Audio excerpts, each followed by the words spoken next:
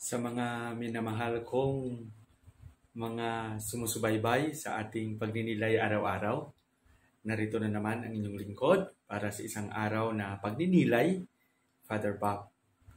Ngayon ay Agosto 12, Huwebes, ika-19 na linggo sa karaniwang panahon. At ang ating pagbasa sa araw na ito ay kinuha sa Ebanghelyo ni San Mateo, Kapitulo 18, versikulo 21 hanggang 19 at 1. At ang sabi dito, lumapit si Pedro at nagtanong kay Jesus, Panginoon, ilang bisis ko po bang patatawarin ang kapatid kong paulit-ulit na nagkasala sa akin? 7 bisis po ba? Sinagot siya ni Jesus, hindi ko sinasabing 7 bisis, kundi 70 ulit na 7. Sapagkat ang kaharian ng langit ay katulad nito. Ipinasya ng isang hari na hingan ng ulat ang kanyang mga alipin tungkol sa kanilang mga utang. Unang dinala sa kanya ang aliping may utang na milyon-milyong piso. Dahil sa siya'y walang maibayad, iniutos ng hari na ipagbili siya, pati ang kanyang asawa, mga anak, at lahat ng kanyang ari-arian upang siya'y makabayad. Lumuhod ang taong ito sa harapan ng hari at nagmakaawa. Bigyan pa po ninyo ako ng panahon at babayaran ko sa inyo ang lahat. Naawa sa kanya ang hari, kaya't pinatawad siya sa kanyang pagkakautang at pinalaya. Ngunit pagkaalis roon ay nakatagpo niya ang isa niyang kamanggagawa na may utang na ilang daang piso sa kanya. Sinunggaban niya ito sa liig, sabay sigaw, magbayad ka ng utang mo. Lumuhod ito at nagmakaawa sa kanya. Bigyan mo po ako ng panahon at babayaran kita. Ngunit hindi siya pumayag. Sa halip, ito'y ipinabalanggo niya hanggang makabayad. Labis na nagdamdam ang ibang mga tauhan ng hari nang malaman iyon. Kaya't pumunta sila sa hari at isinumbong ang buong pangyayari. Pinatawag ng hari ang malupit na lingkod. Napakasama mo, sabi niya. Pinatawad kita sa utang mo sapagkat nagmakaawa ka sa akin. Naawa ako sa iyo. Hindi ba't dapat ka rin sanang mahabag sa kapwa mo?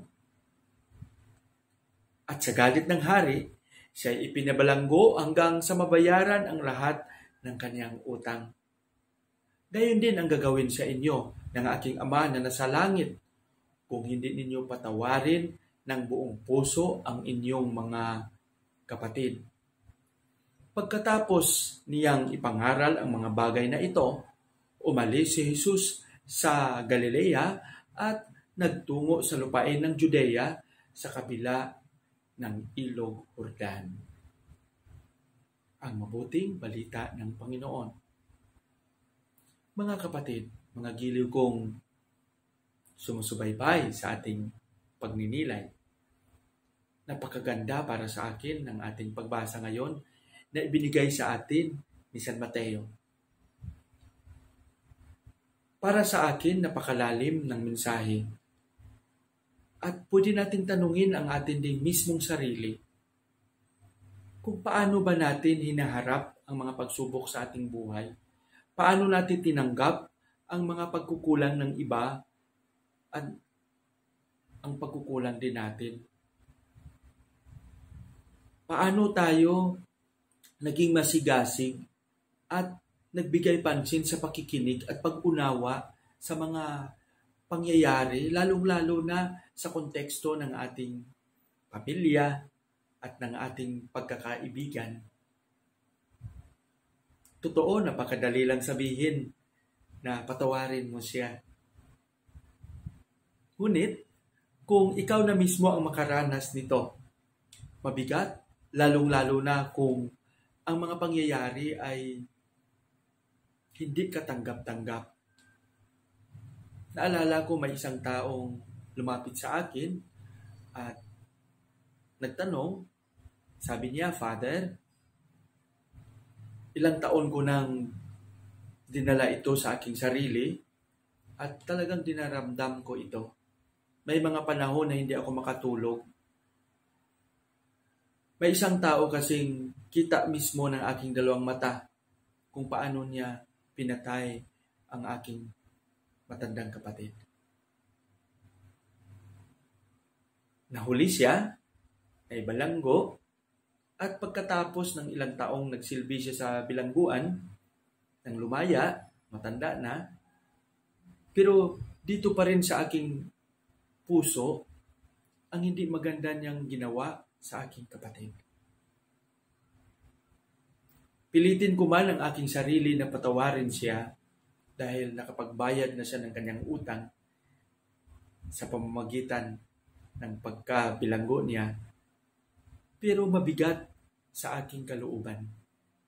Ano ang gagawin ko, Father? Alam mo, bilang pari, inunawa ko ng mabuti ang kanyang kalagayan. I am putting myself also to his situation na what if ako ang sa kanyang kalagayan? Totoo. At it is very normal also na may mga kapatid tayo na siguro yun yung kanilang mararamdaman. Mahirap sagutin yung tanong. Pero spontaneously bilang pari, ang naisagot ko lang sa kanya ay ito lang. Siguro sa ngayon, hindi mo pa matanggap. Time will come, maybe matanggap mo rin at mapatawad mo rin. Huwag ka lang magmadali. Sabi ko, just continue to pray that the Lord will enlighten you. Yes, totoo, mabigat, mahirap, pero wag lang magmadali. Kasi para sa akin, mga kapatid, ang pagpapatawad ay isang proseso. Hindi madali ang magpatawad. Kaya para sa akin, nang tinanong ni Pedro si Jesus, ilang bisis po ba? Sabi ni Pedro, 7 bisis po ba? Pero sabi ni Jesus, hindi ko sinasabing 7 bisis, kundi 70 ulit. So, para sa akin, itong 70 ulit, 77 times, hindi bigla, no? It's a process. Mayroong proseso na dinadaanan tayo na posibleng if we continue to offer our mind, our heart, and our whole being to God, later on, I believe, maunawaan natin at matanggap din natin ang katotohanan. Kasi ang gusto lang iparating ni Jesus, na kung siya nga mismo ay mahabagin, maawain, at handang magpatawad sa atin, tayo pa ang hindi makagawa nito. Palagi tayong hinahamon nito, mga kapatid. Huwag lang kayong mag-alala kung hindi biglaan at hindi natin kayang magpatawad kaagad. It's a process. Maghintay lang tayo. And let us continue, patuloy nating ialay ito sa Diyos upang pagdating ng panahon, ating matanggap at bukas ng loob nating maibigay ng buong buo ang pagpapatawad na ito sa kung kay sino man na ating kapwa na nagkasala sa atin. Kaya nga sa itinuro ni Jesus sa atin na panalangin, sabi niya, patatawarin mo kami ng aming mga sala para lang na sa patawad namin ang nagkakasala sa amin. Yun. Tumbok na tumbok. Maybe this is the reason why na sa bandang huli ng ating Ibanghilyo, sinabi ni Jesus, ano ang sabi niya? At sa galit ng hari, sabi niya, siya'y ipinilanggo hanggang makabayad ang lahat ng kanyang utang. Gayon din ang gagawin sa inyo ng aking Ama na nasa langit kung hindi ninyo patawarin ang buong puso ang inyong mga kapatid. So paano tayo patawarin ng Panginoon kung tayo mismo ay nagtatanim ng galit at hindi marunong magpatawad? Mga kapatid, pag nilayan natin ito ng mabuti, alam ko by heart na ang pagbibigay ng patawad, ng tawad ay hindi madali. Ito ay isang proseso. Pero sa likod nun, kung patuloy nating inialay ang lahat ng ating kahirapan at pagdurusa sa Diyos, darating ang panahon na atin rin itong matanggap at buong pusong maibigay ang patawad na ito.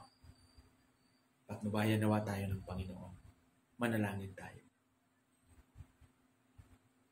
Amang tagapaglikha ng sanlibutan, bukal ng awa at habag, humingi kami ng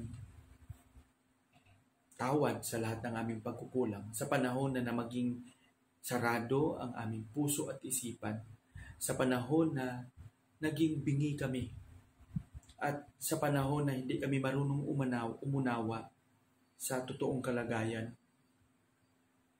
Hinihinga namin ito ng tawad.